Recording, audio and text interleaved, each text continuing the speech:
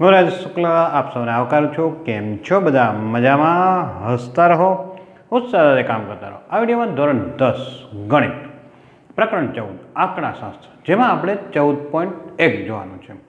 તો આપણે મધ્યકની રીતની અંદર આપણે જોઈએ તો આ પહેલો દાખલો જે છે એની અંદર વર્ગ અને મધ્ય કિંમત છે અને આવૃત્તિ ખૂબ નાની કિંમતમાં છે, એટલે સીધી રીતે છે આપણે દાખલો ગણી શકીએ। તો આ દાખલાની અંદર આપણે સીધી રીતનો ઉપયોગ કરશું। અહીંયા મધ્ય કિંમત કરીને આપણે દાખલો કરશું। મધ્ય કિંમત ન લઈને કરવો હોય, સીધો ગુણાકાર કરવો હોય તો પણ દાખલો થઈ શકે। તો આપણે જોઈએ 14.1 ની અંદર દાખલા નંબર 1। વિદ્યાર્થીઓના એક સમૂહ દ્વારા તેમના પર્યાવરણ જાગૃતિ કાર્યક્રમના ભાગરૂપે સર્વેક્ષણ હાથ ધરવામાં આવ્યું।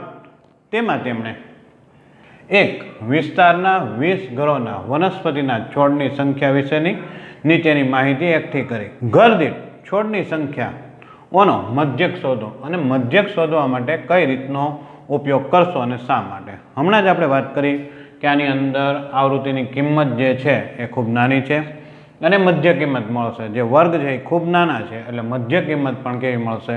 નાની। તો આપણે સીધી રીતનો ઉપયોગ કરશું। તો અહીં આપણે લખીએ કે આ દાખલામાં સીધી રીતનો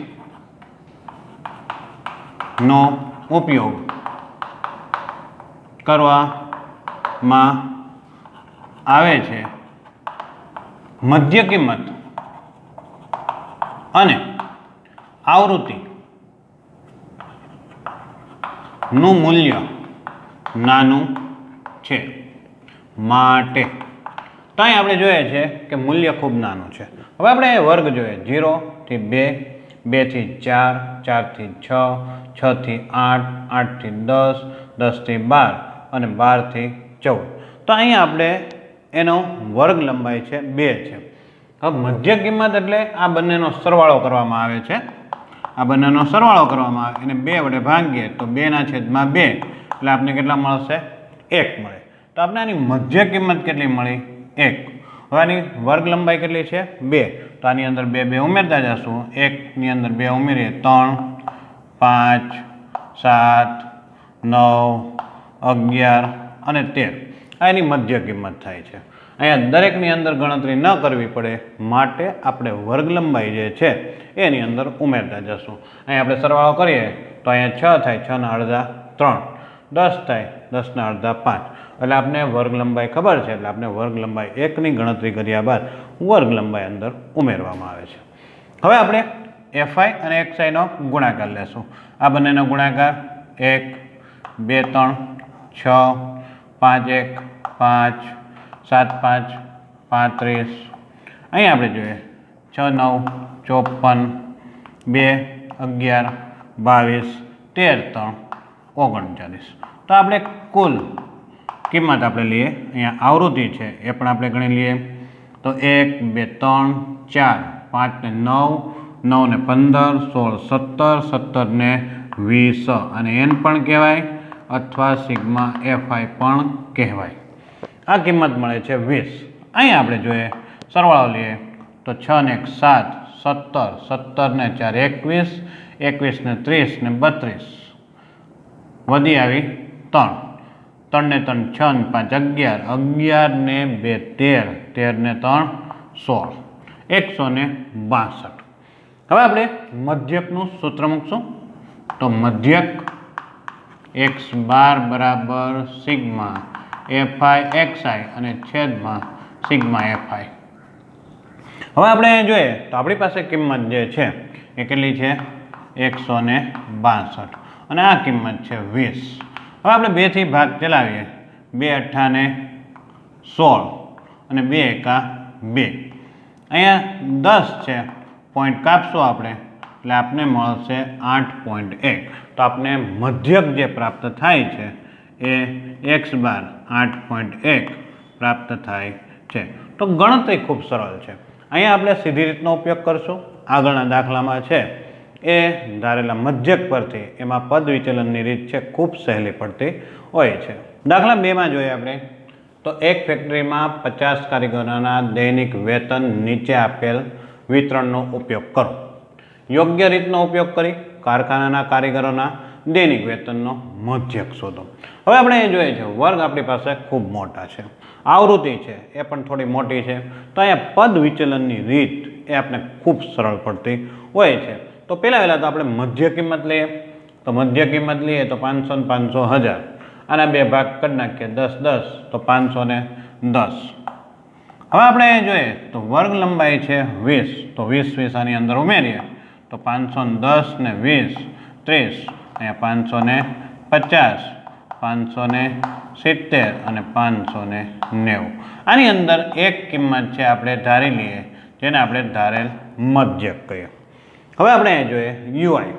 તો આ એક્સઆઈ છે એમાંથી આપણે આ બાદ કરશું એટલે -40 મળે. -40 ને આપણે 20 વડે ભાંગી નાખીએ, કારણ કે વર્ગ લંબાઈ આપણી પાસે છે 20, તો 20 વડે આપણે ભાંગીએ. ન ખ્યાલ આવે તો પહેલાં નાની એક ગણતરી કરી દઉં, 550 અને છેદમાં 20, તો આપણે મળશે -40 ના છેદમાં 20, એટલે આપણે -2 પ્રાપ્ત થાય. તો આ કિંમત જે છે આપણે કેટલી પ્રાપ્ત થાય? -2. હવે આપણે જોઈએ તો -1 મળશે, અહીંયા 0 મળશે, અહીંયા 1 મળશે ને 2. ગણતરી ન કરવી હોય તો માત્ર એટલું યાદ રાખવાનું છે, ધારેલ મધ્યક હોય ત્યાં શૂન્ય અને ઉપરની તરફ છે માઇનસ. તો આની કિંમત જે છે એ કેટલી છે? -2. આની કિંમત -1 0 1 અને 2.